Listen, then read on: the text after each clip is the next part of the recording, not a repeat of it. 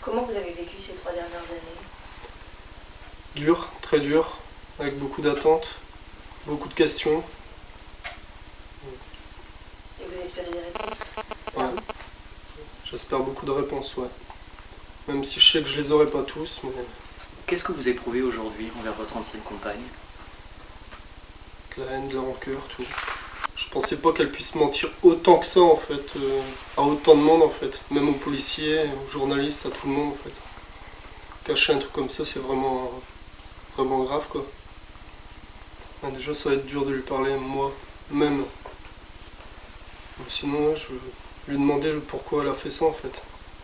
Alors que Tiffen, j'ai jamais pensé qu'elle lui a fait du mal ou quoi que ce soit, en fait. Pour moi, je la cherchais à la retrouver, en fait. Vous n'aviez pas soupçonné son compagnon non plus? Non, pas du tout. J'ai jamais été alerté sur des punitions et tout, mais de janvier au 18 juin, j'ai fait des recherches et tout. J'ai fait appel à un avocat, j'ai été sur place, j'ai été au commissariat pour poser une plainte qui n'a pas été prise. Voilà, je suis pas resté à rien faire. J'ai quand même cherché après ma fille. Vous avez eu de ces nouvelles pendant ce temps-là? J'ai eu 2-3 nouvelles par téléphone, en fait. Du billet de ma mère, en fait. Qu'est-ce que vous attendez de la justice maintenant? Une peine sévère, la plus sévère possible? Ouais. Une peine exemplaire, moi je dirais, pour ma fille, quoi, parce que voilà, quoi. Son avocate nous dit que maintenant elle est rongée par le remords, qu'elle regrette évidemment infiniment tout ce qui s'est passé. Vous voulez bien entendre ça?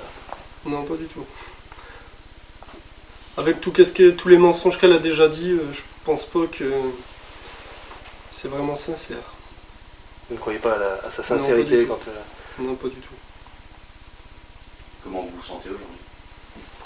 Un peu mieux qu'au début. Là, j'attends juste le procès, j'ai hâte d'y être. Après, ça ira peut-être mieux. Savoir le pourquoi, ça c'est sûr. Parce que jusqu'à maintenant, elle a toujours menti et je ne sais pas pourquoi ma fille est morte. C'est pas le comment elle est décédée ou quoi que ce soit, c'est vraiment pourquoi ma fille est décédée. Pour moi, c'est ça qui est vraiment important. Le comment, on l'aura peut-être.